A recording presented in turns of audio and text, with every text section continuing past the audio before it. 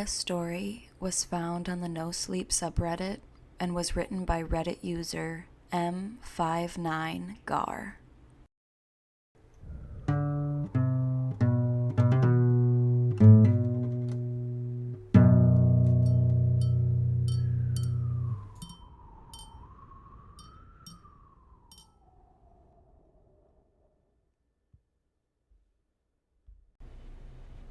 A shattered life. I don't know when you're going to read this, but I can tell you when it started. I was out for a walk alone in the woods when the entity came for me. It was beyond a blur. It was, for lack of a better term, absence of meaning. Where it hid, there were no trees. Where it crept closer, there was no grass. Through the arc it leapt at me, there was no breeze of motion. There was no air at all. As it struck, I felt the distinct sensation of claws puncturing me somewhere unseen, somewhere I'd never felt before. My hands and arms and legs and torso seemed fine, and I wasn't bleeding, but I knew I'd been injured somehow. As I fearfully ran back home, I could tell that I was less. I was vaguely tired, and it was hard to focus at times. The solution at that early stage was easy. A big cup of coffee helped me feel normal again. For a while, that subtle drain on my spirit became lost in the ebb and flow of caffeine in my system. You could say my life began that week. Actually, because that was when I met Mar. She and I got along great, though, to be honest, I'm pretty sure I fell in love with her over the phone before we even met. It was almost as if the strong emotions of that first week made the entity fight back. It was still with me, latched on to some invisible part of my being. The first few incidents were minor, and I hardly worried about them. The color of a neighbor's car changed from dark blue to black one morning, and I stared at it before shaking my head and shrugging off the difference. 2 days later, at work, a coworker's name changed from Fred to Dan. I carefully asked around, but everyone said his name had always been Dan. I figured I'd just been mistaken. Then, as ridiculous as this sounds, I was peeing in my bathroom at home when I suddenly found myself on a random street. I was still in my pajamas, pants down, and urinating, but now in full view of a dozen people at a bus stop. Horrified, I pulled up my clothes and ran before someone called the cops. I did manage to get home, but the experience forced me to admit that I was still in danger. The entity was doing something to me, and I didn't understand how to fight back. Mar showed up that evening, but she had her own key. "Hey," I asked her with confusion. How did you get a key?" She just laughed. "You're cute. Are you sure you're okay with this?" She opened a door and entered a room full of boxes. I know living together is a big step, especially when we've only been dating 3 months. Living together? I literally just met her the week before. Thing was, my mother had always called me a smart cookie for a reason. I knew when to shut my yap. Instead of causing a scene, I told her everything was fine, and then I went straight to my room and began investigating. My things were just as I had left them, with no sign of a 3-month gap in habitation. But I did find something out of the ordinary. The date. I shivered angrily as I processed the truth. The entity had eaten 3 months of my life. What the hell was I facing? What kind of creature could consume pieces of one's soul like that? I'd missed the most exciting part of a new relationship, and I would never understand any shared stories or in-jokes from that period. Something absurdly precious had been taken from me, and I was furious. That fury helped suppress the entity. I never imbibed alcohol. I drank coffee religiously. I checked the date every time I woke up. For 3 years, I managed to live each day while observing nothing more than minor alterations. A social fact here and there. Someone's job, how many kids they had, that sort of thing. The layout of nearby streets, the time my favorite television show aired, that kind of thing. Always those changes reminded me the creature still had its claws sunk into my spirit. Not once in 3 years did I ever let myself zone out. One day, I grew careless. I let myself get really into the season finale of my favorite show. It was gripping, a fantastic story. Right at the height of the action, a young boy came up to my lounger and shook my arm. Surprised, I asked, "Who are you? How did you get in here?" He laughed and smiled brightly. "Silly Daddy." My heart sank in my chest. I knew immediately what had happened. After a few masked questions, I discovered that he was 2 years old and that he was my son. The agony and heartache filling my chest was nearly unbearable. Not only had I missed the birth of my son, I would never see or know the first years of his life. Mar and I had obviously gotten married and started a family in the time I'd lost, and I had no idea what joys or pains those years contained. It was snowing outside. Holding my sudden son in my lap, I sat and watched the flakes fall outside. What kind of life was this going to be if slips in concentration could cost me years? I had to get help. The church had no idea what to do. The priests didn't believe me and told me I had a health issue rather than some sort of possession. The doctors didn't have any clue.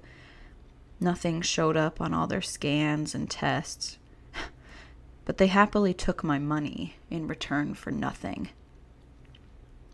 By the time I ran out of options, I decided to tell Mar. There was no way to know what this all looked like from her side. What was I like when I wasn't there?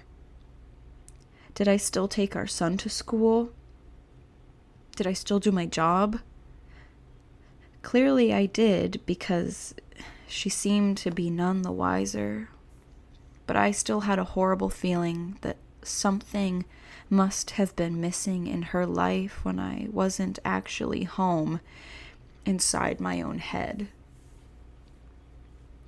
But the night I set up a nice dinner in preparation, she arrived not by unlocking the front door, but by knocking on it.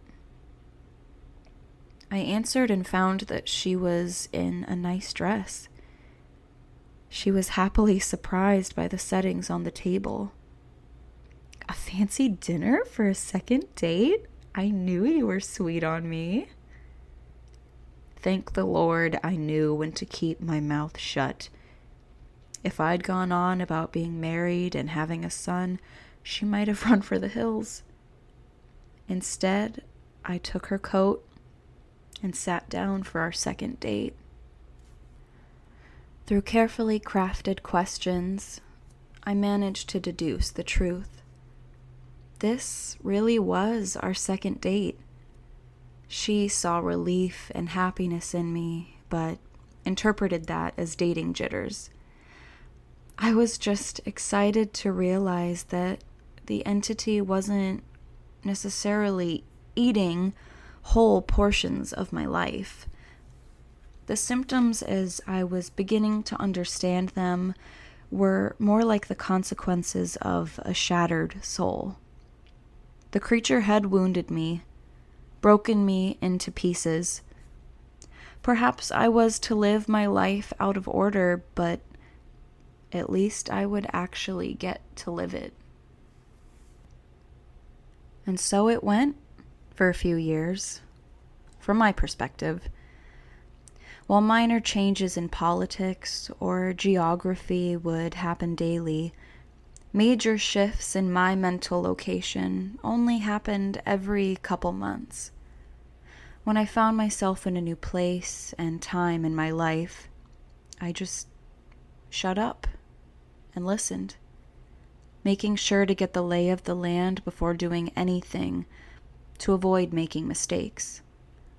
On the farthest flung leap yet, I met my 6-year-old grandson, and I asked him what he wanted to be when he grew up. He said, writer. I told him that was a fine idea. Then I was back in month 2 of my relationship with Mar, and I had the best night with her on the riverfront. When I say the best, I mean the best. Knowing how special she would become to me, I asked her to move in. I got to live through what I'd missed the first go-round, and I came to understand that I was never mentally absent. I would always be there, eventually. When we were moving her boxes in, she stopped for a moment and said she marveled at my great love, as if I'd known her for a lifetime and never once doubted she was the one. That was the first time I truly laughed freely and wholeheartedly since the entity had wounded me. She was right about my love for her, but for exactly the reason she'd considered a silly romantic analogy. I had known her my whole life, and I'd come to terms with my situation and found peace with it. It wasn't so bad to have sneak peeks at all the best parts ahead. But, of course, I wouldn't be writing this if it hadn't gotten worse. The entity was still with me. It had not wounded me and departed like I'd wanted to believe. The closest I can describe my growing understanding was that the creature was burrowing deeper into my psyche, fracturing it into smaller pieces. Instead of months between major shifts, I began only having weeks. Once I noticed that trend, I feared my ultimate fate would be to jump between times in my life, heartbeat by heartbeat, forever confused, forever lost. Only an instant in each time meant I would never be able to speak with anyone else, never be able to hold a conversation, never express or receive love. As the true depth of that fear came upon me, I sat in an older version of me and watched the snow falling outside. That was the one constant in my life. The weather didn't care who I was or what pains I had to face. Nature was always there. The falling snow was always like a little hook that kept me in a place. The pure emotional peace it brought was like a panacea on my mental wounds. And I'd never yet shifted while watching the pattern of falling white and thinking of the times I'd gone sledding or built a snow fort as a child. A teenager touched my arm. "Grandpa?" "Eh?" He'd startled me out of my thoughts, so I was a little less careful than usual. "Who are you?" He half grinned, as if not sure whether I was joking. Handing me a stack of papers, he said, "It's my first attempt at a novel. Would you read it and tell me what you think?" "Ah, of course. Pursuing that dream of being a writer, I see." He burned bright red. "Trying to, anyway." "All right. Run off. I'll read this right now." The words were blurry, and annoyed, I looked for glasses I probably had for reading. Being old was terrible, and I wanted to leap back into a younger year, but not before I read his book. I found my glasses in a sweater pocket and began leafing through. Mar puttered in and out of the living room. Still beautiful. But I had to focus. I didn't know how much time I would have there. It seemed that we had relatives over. Was it Christmas? A pair of adults and a couple kids I didn't recognize tromped through the hallway, and I saw my son, now adult, walk by with his wife on the way out the door. As a group, the extended family began sledding outside. Finally, I finished reading the story, and I called out for my grandson. He rushed down the stairs into the living room. "How was it?"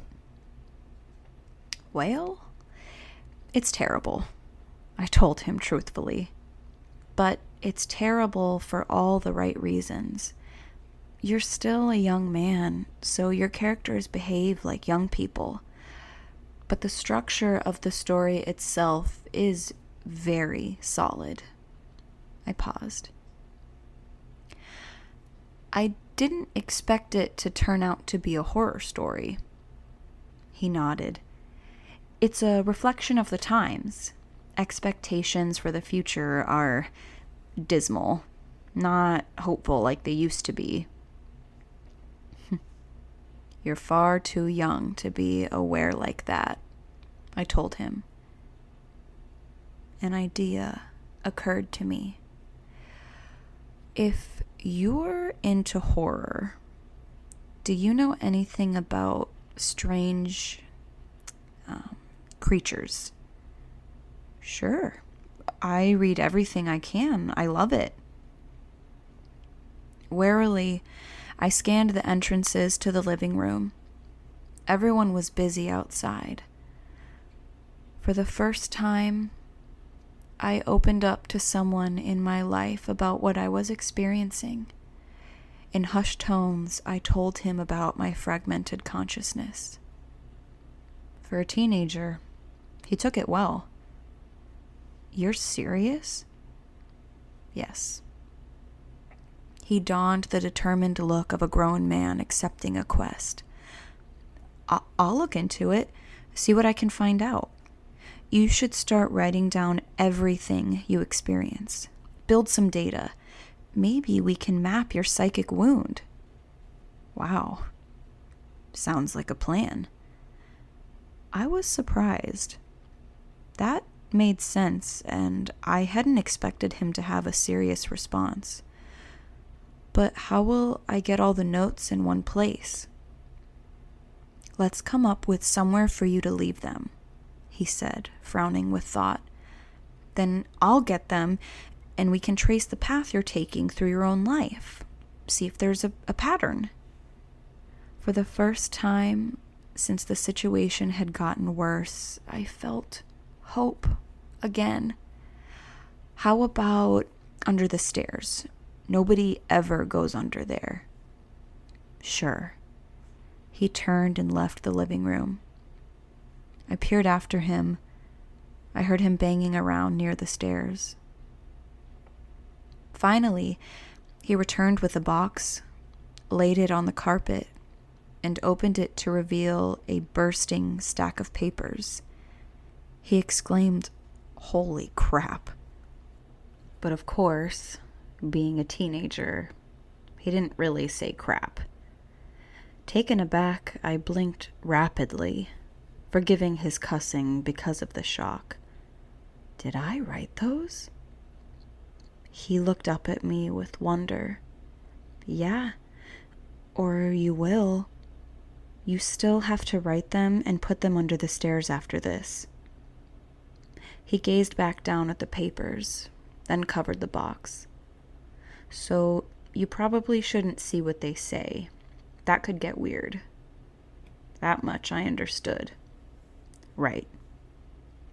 He gulped. "There are like 50 boxes under there, all filled up like this. Deciphering these will take a very long time." His tone dropped to deadly seriousness. "But I will save you, Grandpa, because I don't think anyone else can." Tears flowed down my cheeks then, and I couldn't help but sob once or twice. I hadn't realized how lonely I'd become in my shifting prison of awareness until I finally had someone who understood. Thank you so much. And then I was young again, and at work on a random Tuesday. Once the sadness and relief faded, anger and determination replaced them. After I finished my work, I grabbed some paper and began writing. While the weeks shifted around me, while those weeks became days and then hours, I wrote every single spare moment about when and where I thought I was. I put them under the stairs, out of order. My first box was actually the 30th, and my last box was the 1st. Once I had over 50 boxes written from my perspective, and once my shifting became a matter of minutes, I knew it was up to my grandson to take it from there. I put my head down and stopped looking. I couldn't stand the river of changing awareness any longer. Names and places and dates and jobs and colors and people were all wrong and different. I'd never been older. I sat watching the snow fall. A man of at least 30 that I vaguely recognized entered the room. "Come on, I think I finally figured it out." I was so frail that moving was painful.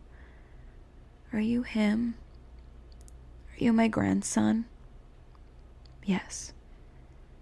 He took me to a room filled with strange equipment and sat me in a rubber chair facing a large mirror twice the height of a man. The pattern finally revealed itself. How long have you been working on this?" I asked him aghast. "Tell me you didn't miss your life like I'm missing mine." His expression was both stone cold and furiously resolute. "It'll be worth it." He brought 2 thin metal rods close to my arm and then nodded at the mirror. "Look, this shock is carefully calibrated." The electric zap from his device was startling, but not painful. In the mirror, I saw a rapid arcing light silhouette appearing above my head and shoulder. The electricity moved through the creature like a wave, briefly revealing the terrible nature of what was happening to me. A bulging leech-like mouth was wrapped around the back of my head, coming down to my eyebrows and touching each ear. And its slug-like body ran over my shoulder and into my very soul. It was a parasite, and it was feeding on my mind. My now adult grandson held my hand as I took in the horror. After a moment, he asked, "Removing it is going to hurt very badly. Are you up for this?" Fearful, I asked, "Is Mar here?" His face softened. "No, not for a few years now." I could tell from his reaction what had happened, but I didn't want it to be true. "How?" "We have this conversation a lot," he responded. "Are you sure you want to know? It never makes you feel better." Tears brimmed in my eyes. "Then I don't care if it hurts or if I die. I don't want to stay in a time where she is not alive." He made a sympathetic noise of understanding and then returned to his machines to hook several wires, diodes, and other bits of technology to my limbs and forehead. While he did so, he talked. "I've worked for 2 decades to figure this out, and I've had a ton of help from other researchers of the occult. This parasite doesn't technically exist in our plane. It's one of the lesser spawns of..."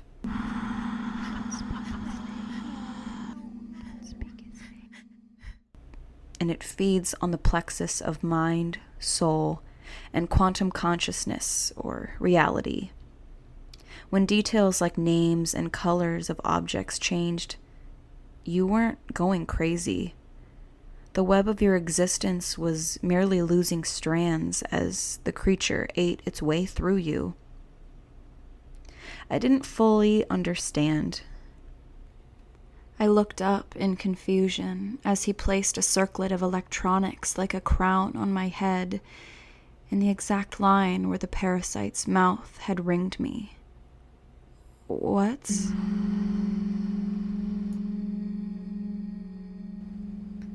He paused his work and grew pale. "I forgot that you wouldn't know. You're lucky. Believe me." After a deep breath, he began moving again and placed his fingers near a few switches. "Ready? This is carefully tuned to make your nervous system extremely unappetizing to the parasite, but it's basically electroshock therapy." I could still see Mar's smile. Even though she was dead, I'd just been with her moments ago. "Do it."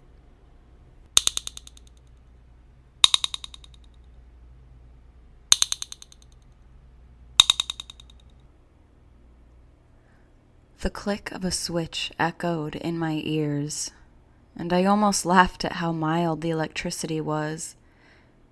It didn't feel like anything, at least at first. Then I saw the mirror shaking, and my body within that image convulsing. Oh, no, it did hurt. Nothing had ever been more painful. It was just so excruciating that my mind hadn't been able to immediately process it. As my vision shook and fire burned in every nerve in my body, I could see the reflected, trembling light silhouette of the parasite on my head as it writhed in agony equal to mine. It had claws, 6 clawed, lizard-like limbs under its leech-like body, and it cut into me in an attempt to stay latched on. The electricity made my memories flare. Mar's smile was foremost, lit brightly in front of a warm fire as the snow fell past the window behind her. The edges of that memory began lighting up, and I realized that my life was one continuous stretch of experience. It was only the awareness of it that had been fragmented by that feasting evil on my back. I'd never managed to be there for the birth of my son. I'd jumped around it a dozen times, but never actually lived it. For the first time, I got to hold Mar's hand and be there for her. No. That moment had shifted seamlessly into holding her hand as she lay in a hospital bed for a very different reason. Not this. God, why? It was so merciless to make me remember this. I broke down in tears as nurses rushed into the room. I didn't want to know. I didn't want to experience it. I'd seen all the good parts, but I hadn't wanted the worst part. The inevitable end that all would one day face. It wasn't worth it. It was tainted. All that joy was given back 10,000-fold as pain.